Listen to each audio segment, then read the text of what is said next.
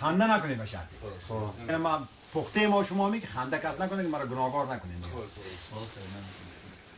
بسم الله الرحمن الرحیم. اعوذ ششطینان کالفتیر فستفتفون فی اخوخکم زرداغن انک ملی مرکب یتلقا، یعنی مرکز تلفن. نفسی نفیسه اشتالینگ تکه تکه لعنت به این لکلکه چردم کس دلپستان پیوست ابرو را برای جوان ایرمیر لتکیر شخص دکشات پیوست ابرو دادیم. به طریق اجابت و لجاجت قبولش کردید؟ بگو کردم. اکنون که شما دامادید به 125 نفر دادید. صاحب یک دیگ و یک کونه جامید، حتی یک جوجه مرغ را هم نگاهید.